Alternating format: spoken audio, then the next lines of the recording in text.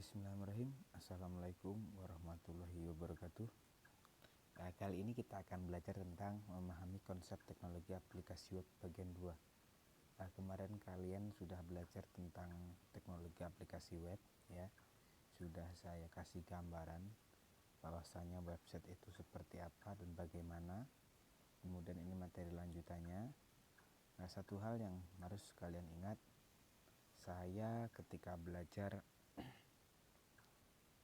intinya kalian bisa memahami materi apa yang saya sampaikan.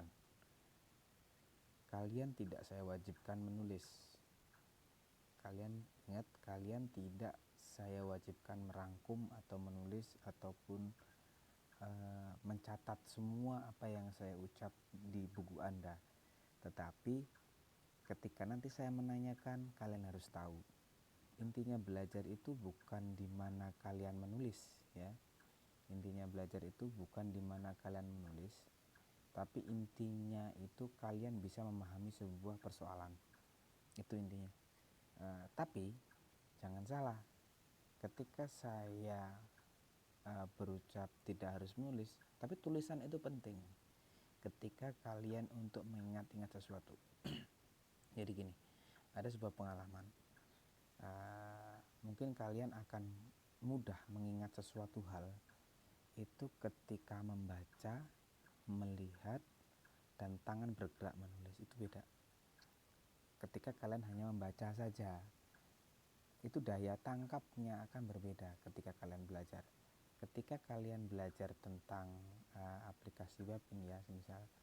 Nah, kemudian kalian menulis dan membaca dan mendengarkan dan melihat, itu daya tangkapnya bisa 80%. Tapi ketika kalian hanya sebatas mendengarkan tanpa menulis, itu daya tangkapnya berkurang. Hanya mendengarkan dan melihat gitu, daya tangkapnya kurang. Apalagi mendengarkan hanya sebatas mendengarkan saja tanpa memperhatikan, tanpa memahami, itu daya tangkapnya kecil. Tapi ketika sampean itu menangkap pembicaraan, melihat sebuah gambar atau ilustrasi ataupun video, kemudian meresum, itu daya tangkapnya 80%. Nah, sekarang tergantung Anda semua. Cara kalian menangkap seperti apa. Saya nggak mewajibkan kalian menulis, tapi yang saya wajibkan adalah kalian itu bisa memahami apa yang saya sampaikan. Nah, kalau itu yang saya sampaikan itu penting, ya monggo ditulis gitu loh. Paham kan ya? Jadi jangan tanya, Pak ini dicatat enggak? Pak ini diresum enggak? Pak ini bagaimana? Nah, kamu udah masuk SMK. Kamu udah dewasa. Kamu harus tahu mana yang harus saya catat, mana yang tidak, mana yang harus saya resum, mana tidak. Kamu harus tahu. Karena apa? Belajar itu di situ gitu loh. Belajar itu di situ intinya. Kalau sama saya, yang penting kalian paham. Yang penting kalian mengerti. Ketika saya tanya, kalian tahu gitu loh. Kalau kalian nulis, ketika kalian tahu, bisa buka gitu. Ya kan? Kemudian file presentasi ini, kalau sampai semuanya itu ngeluh, Pak memori saya nanti penuh dan lain sebagainya, sudahlah, file ini sampai tarik ke Google Drive-nya sampai simpan di drive sampai selesai kok. Pak saya nggak punya kuota untuk mengikuti pelajaran. Enak, kamu kan punya kawan gitu, kamu kan punya saudara, tethering, usaha, gimana caranya kamu sana apa kesini, gimana caranya nebeng ke kawan, boleh kok saya rasa. Atau bila perlu kalau memang kamu nggak ada kuota, datang ke sekolah, pakai wifi sekolah atau pakai komputer sekolah, kami sediakan, welcome boleh gitu loh. Boleh aja kalian datang ke sekolah pakai komputer karena nggak punya kuota, ngalai. Kamu harus ada usaha. Jangan ketika kamu nggak punya kuota terus, Pak saya nggak ada kuota Pak, Amit nggak bisa ngikutin materi Bapak dan lain sebagainya. Oh no, berarti kalian nggak usaha. Usaha kalian itu nanti pasti ada harganya, ada nilainya. Dalam artian nilai gini, orang itu kalau udah berjuang, ketika mendapatkan hasil, nikmatnya luar biasa, bahagianya luar biasa. Berbeda ketika kalian mendapatkan hasil tanpa berjuang, itu rasanya berbeda. Ibarat orang ya memancing itu, sama lihat Orang mancing itu ngapain dia panas-panasan, ngapain dia susah payah nyari umpan, entah itu cacing, entah itu lumut, entah itu katak, kemudian dia panas-panasan, belum tentu kok dapet ikan, ya. Dia kalau mau makan ikan aja beli di pasar bisa. Ngapain dia mancing? Karena dia butuh kepuasan, ada sensasinya di situ, ada keunikannya di situ, ada apa ya, gregetnya. Jadi ketika kita usaha tadi, ketika mendapat hasil luar biasa. Sama halnya kamu, ketika kamu itu bekerja kemudian dikasih upah, hasilnya luar biasa, nikmatnya luar biasa. Ketika kamu makan itu pas lapar tapi nyari sendiri atau masak sendiri, nikmat gitu loh. Oke, paham ya di sini? Oke, nggak sepanjang lebar, nanti terlalu panjang videonya. Karena yang perlu kuota itu nggak hanya sampean-sampean semua, saya juga perlu kuota. Makanya ketika record itu jam 12 malam ke atas, biar suasananya hening, biar nggak ada yang ganggu dan sebagainya. Oke ya, kita lanjut ya. Nah, lanjut kita tentang www. www itu apa toh? www itu adalah World Wide Web, ya toh. Dia adalah sebuah software gitu. Dia adalah sebuah software kumpulan service internet, yaitu web-web yang berada di layar aplikasi. Jadi web yang di sisi aplikasi. Nanti ada berapa layar sih? Nanti saya jelaskan. Nah, kalau ditemukannya oleh tim Berners-Lee di KK di CERN, didesain untuk membantu para ilmuwan. Tujuannya apa? Membuat software browser untuk menampilkan informasi tersebut. Idenya apa? Hyperlink. Ya, tujuannya software ini adalah untuk menampilkan informasi. Jadi World Wide Web itu bagian dari sebuah website. Oke, paham dulu ya. Nanti jelaskan lagi di sini. www, the World Wide Web Construction, ya. W3C, definition of the web. The World Wide Web is universe of network accessible information and embodiment of human knowledge. Jadi World Wide Web itu adalah sebuah layanan informasi yang bisa kalian cari informasinya, pengetahuannya, menambah pengetahuan, menambah wawasan. Nah, informasi itu dari mana? Dari hyperlink, graphical user interface atau GUI, kemudian pictorial and non-text information, information text change rapidly, immediate access, anyone can author a website, multi-user access to some information, traded with book, misalnya, easy accessible information. Ini sebetulnya tuh kalian tahu loh, cuman karena bahasanya itu Inggris, jadi kalian agak gimana, wah kok bahasanya Inggris ya. Sebenarnya bisa sih ditranslate kayak hyperlink itu, hypertext, hyperlink itu hubungan, website itu berhubung, graphical user interface itu tatap muka atau tampilannya, dia ada informasi yang bisa dirubah setiap saat. Terus anyone can author a website, semua orang bisa menulis di dalam sebuah website. Multi user access to some information, banyak orang bisa mengakses informasi, contohnya dengan buku gitu loh, mudah mencari informasinya gitu loh, di dalam website itu mudah. Oke, komponennya apa tuh di dalam www? Ada struktural komponen, semantik komponen. Strukturalnya apa? Ada client atau browser. Untuk dominan implementation, untuk mengakses sebuah website itu butuh yang namanya client. Client itu atau browser, nanti saya jelaskan di bawah. Kemudian butuh yang namanya server. Server itu untuk menjalankan hardware-nya, untuk menjalankan server itu apa ya, pusat datanya lah, untuk menjalankan sebuah web servernya gitu loh. Kemudian cache itu tempat penyimpanan data sementara. Many interest implementation, banyak orang yang interaksi lah, mengimplementasikan, menggunakan ya, internet.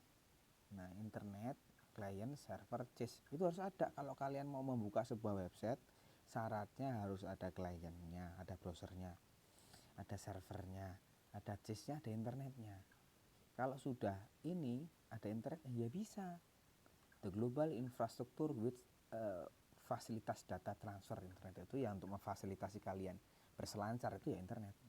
Contoh HP kalian ketika membuka Facebook atau membuka sebuah Google, itu ada browsernya. Browsernya apa? Browsernya ya Google Chrome, Mozilla, Internet Explorer, nanti di bawah saya jelaskan. Kemudian ada internetnya, kamu pakai provider apa? Telkomsel misal, M3 misal, yang sudah didaftarkan di menggunakan paket atau layanan data. Oke. Nah, kemudian ada semantik tadi mana? Maaf terganggu. Semantik komponen itu kayak komponen yang ada di dalam sebuah websitenya. Ya, ada namanya Hypertext Transfer Protocol (HTTP). Ada Hypertext Markup Language, itu bahasanya.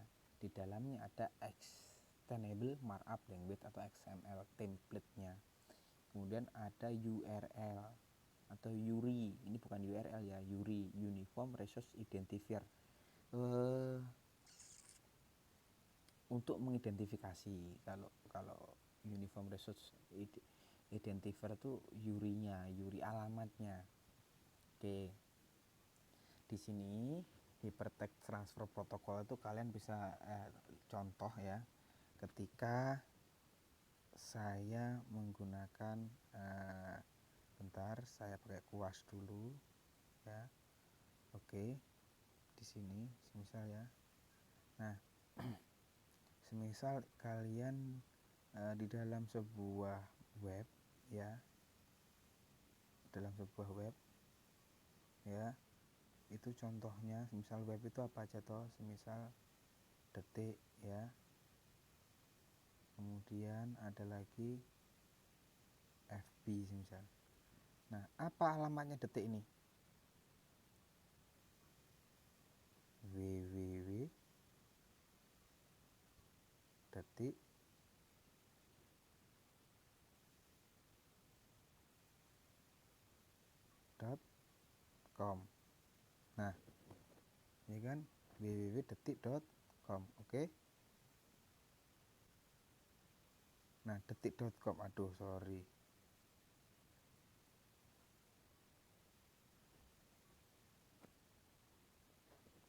www ya, detik.com.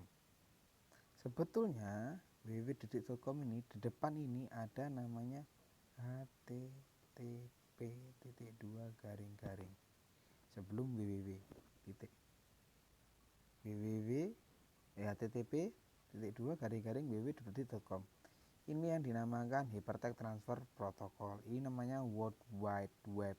Ini semua namanya URI, Uniform Resource Identifier, untuk mengidentifikasi. Oke ya. Mana ini malah? Untuk mengidentifikasi, oke. Ya, clear ya. Nah, kita jelaskan. Nah, ini survei Netcraft. Nah, ini survei dalam artian apa? Web server. Jadi sebuah web itu memiliki server. Sebuah halaman aplikasi web itu ada servernya, ada pusat datanya. Sampean kok bisa ngakses Facebook? Ya, Facebook itu sebetulnya ada sebuah komputer yang menyimpan data Facebook. Terus dipanggillah pakai www.facebook.com. Itu disimpan di mana? Di server web.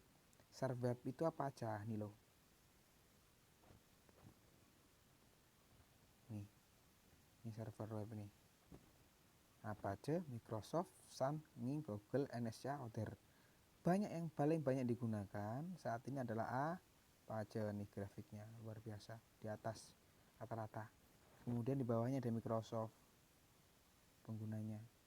Nah, server ini yang sering dipakai untuk menyimpan data base atau data sebuah web.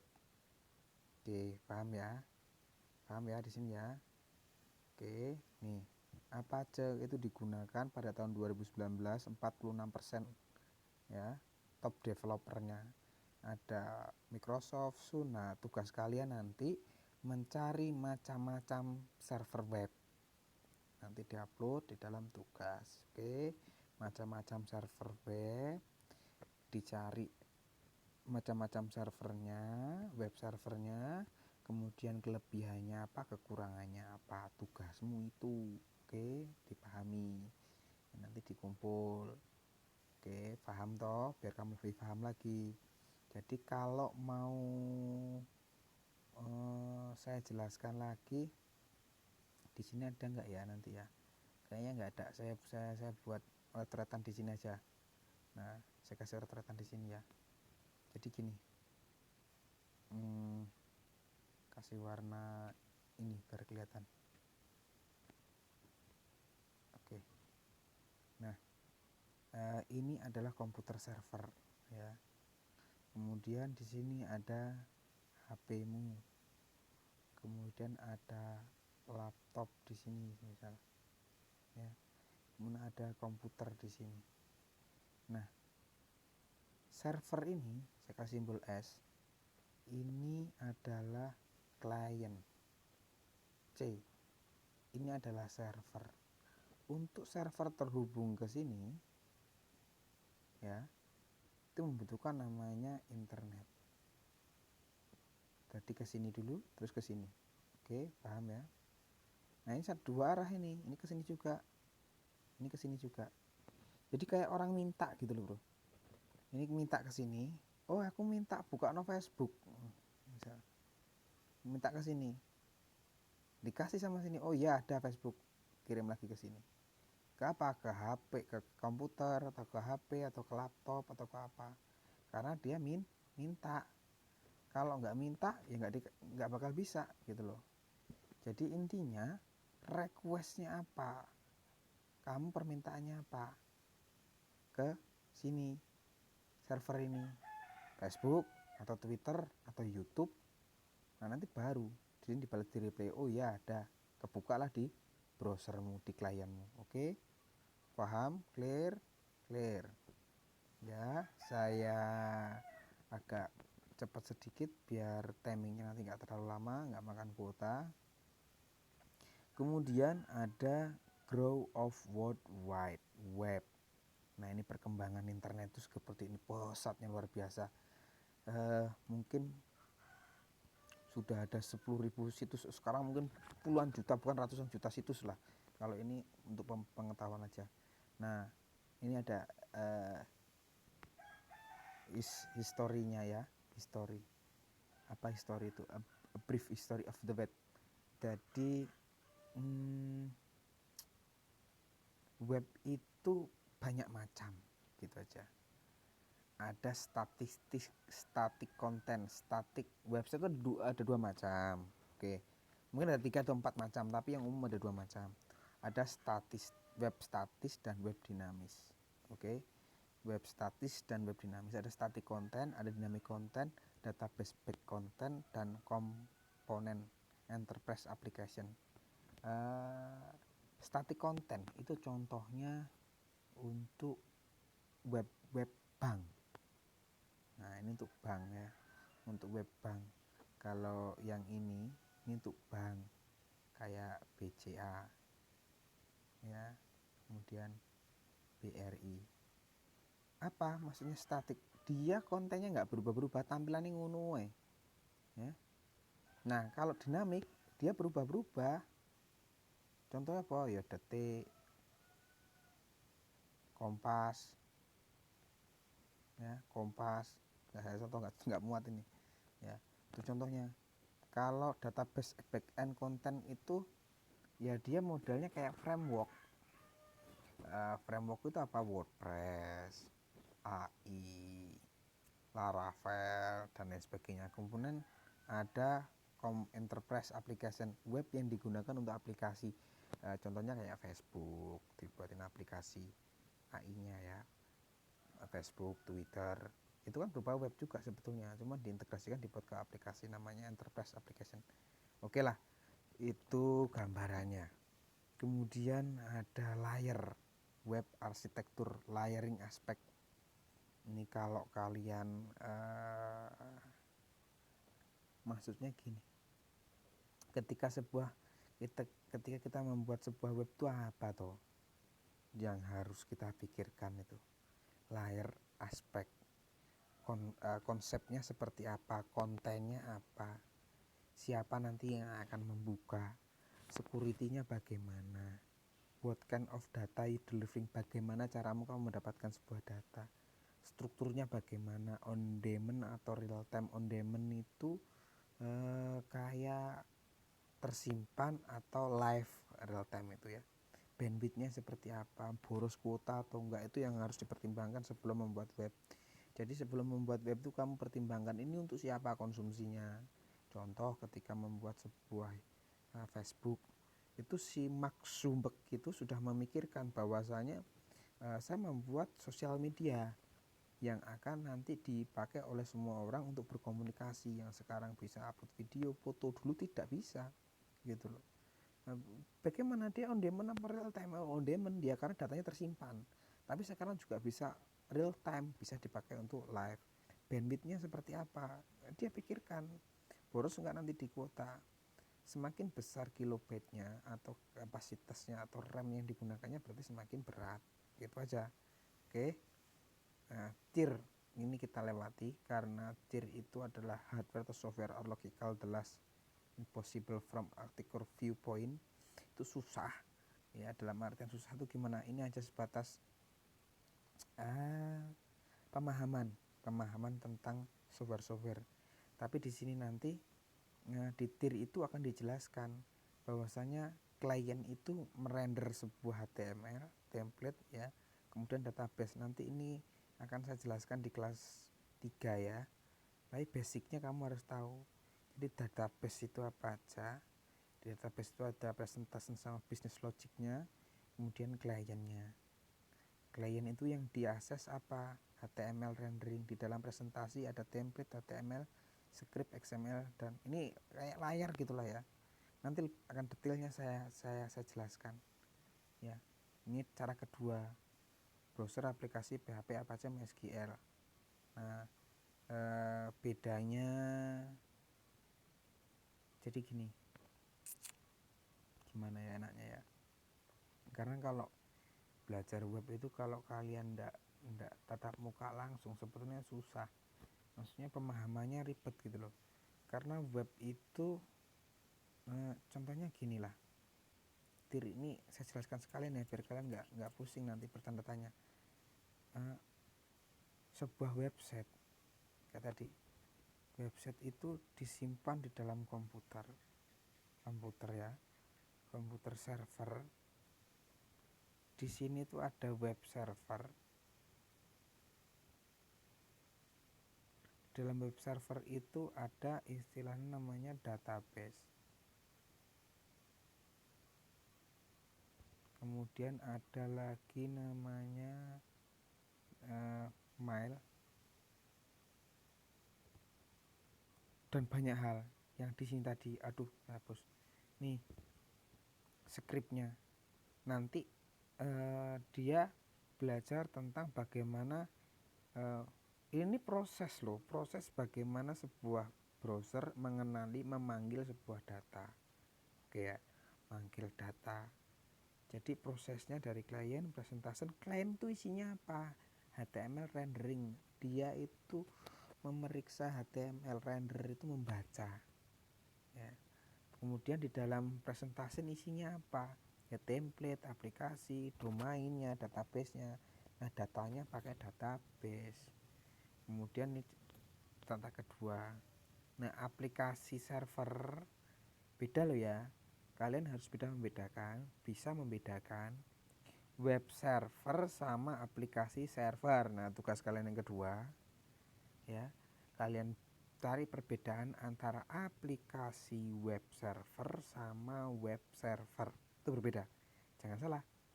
Kalau aplikasi web server itu LAMP, exam, app server itu aplikasi. Kalau web server itu Apache, Nging, Windows yang tadi. Oke, inilah tadi tentang tier atau cara bekerjanya web aplikasi itu seperti apa. Nah, strukturnya seperti ini ya. Cara kerjanya, browser meminta HTTP, security-nya seperti apa, dia minta gateway yang saya gambarkan di atas tadi loh ini nih. Ini nih yang saya gambarkan di atas tadi, bahwasanya browser komputermu request HTTP ke server, kan gitu aja toh. Cuman digambarkan lebih sulit karena ada firewall-nya, ada gateway-nya. Sebetulnya ya pakai ini, pakai gateway firewall, cuman kan saya gambarin lebih enak. Kalian browser request ke server gitu aja, dibales, harus terhubung dengan internet. Oke, firewall itu apa toh? Firewall itu fair iku api ya, wall iku dinding, jadi kayak pengaman ketika ada virus-virus misal yang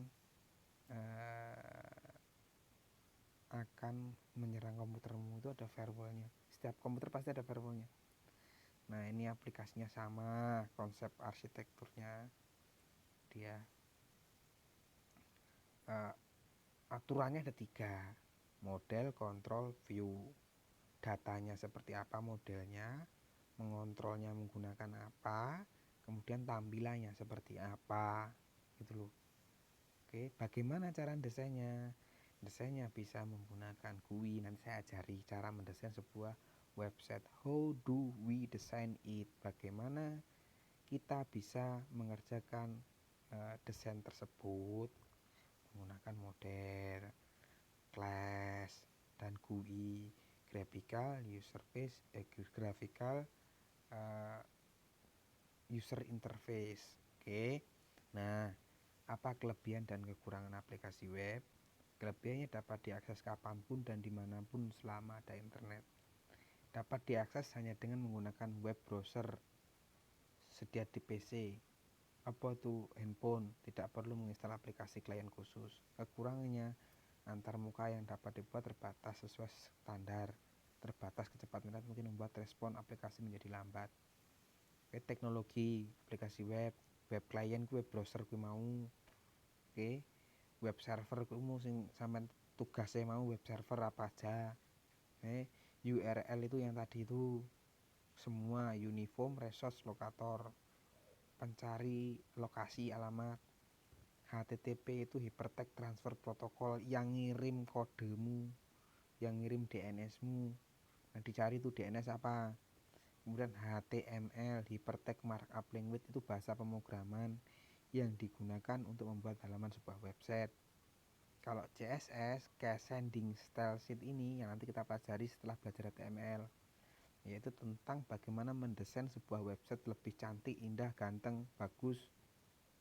Kemudian pemrograman web, diprogram, kalau sudah pakai program itu beda sama HTML, karena pemrograman web itu dia terprogram, ada datanya, ada database-nya, pakai CGI, eksekusinya pakai DC server.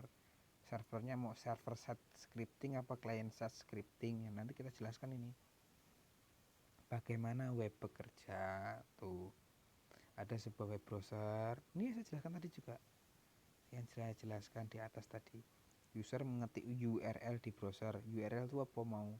http://www.detik.com, itu URL. Nih, cara kerja nih orang itu nulis URL di mana? Di browser. Nah, browser di enter toh, kan request itu lewat internet, request ke server. Server ada, oh iya ada, ngirim balik ke web browser, ditampil nang user, ngono lho omongan. Paham ora? Ini cara kerja nih web. Jadi orang buka browser, ngetikkan www.facebook.com apa www.http://www.facebook.com di browsermu. Kemudian browser itu mengirimkan request HTTP ke web server ngirim IP ke browser, ditampilkanlah, oh iki lho isine Facebook. Dong ra iki. Enak? Paham? Oke. Nah, aplikasi itu tuh macam-macamnya.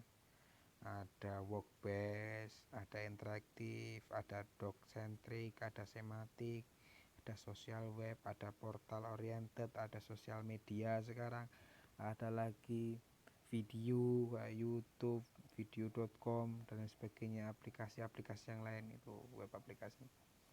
Website, planning a website, membuat rencana sebuah website, apa harus ada goalnya, tujuannya, targetnya siapa, teknologi webnya seperti apa, mau comparison apa enggak, kontennya siapa, bagaimana, tulisannya apa, gambarnya apa, warnanya apa, videonya apa. Tuh, oke, paham ya? Dari sini kalian harus ngerti bagaimana kerjanya sebuah website dan di dalam website itu ada apa aja. Tuh, kalian harus pahami. Tugas kalian tadi apa? Yang pertama, kalian mencari macam-macam web server. Kemudian kalian mencari perbedaan antara web server dan aplikasi server, aplikasi web server sama web server. Nah, harus beda itu ya. Aplikasi web server sama server dicari. Kalau server web server tadi kalian nyari web servernya, kemudian kelebihan keuntungannya, kemudian nyari perbedaannya antara aplikasi web server sama web server. Kemudian saya tambah lagi saat besok aja lah tambahnya. Itu aja nanti dikumpul di Google Class ngumpulnya ya. Masuk ke menu tugas, kemudian diupload, dipoto, diupload, dilampirkan. Oke, itu beberapa tugas yang harus kalian selesaikan dan kalian pahami. Kalau tanya nggak usah sungkan-sungkan tanya. Kalau nggak ngerti tanya biar ngerti. Orang itu kalau nggak tahu jangan kemeruh, jangan sok ngerti. Pengen ke pasar Merapi tapi nggak tahu jalannya ke Merapi, malah kesasar ke Bandarejo karena nggak tanya, karena nggak tahu jalan. Kalau nggak tahu jalan tuh tanya, biar dikasih tahu sama yang tahu jalan, ben ora kesasar ya. Makanya butuh proses belajar biar kamu tahu jalan, biar besok nggak tanya-tanya lagi. Kalau mau tujuannya kemana kamu ngerti gitu loh. Oke, paham? Mudeng ya. Tetap belajar, tetap semangat, jangan mudah mengeluh, dan selalu berkarya. Apapun karyamu, apapun bisaanmu, terapkan, digali kamu basicnya di apa. Mau nyanyi monggo nyanyi, mau berkarya menggambar silakan, berfoto ria silakan, bervideo ria silakan, yang penting berkarya. Karena berkarya itu adalah penting. Seorang maju itu karena memiliki karya. Sukses itu adalah orang-orang yang mau berkarya dan berusaha. Oke, jangan lupa berdoa. Semoga apa yang kita pelajari hari ini mendapatkan manfaatnya, mendapatkan ridho. Oke, terima kasih. Saya akhiri. Wassalamualaikum warahmatullahi wabarakatuh.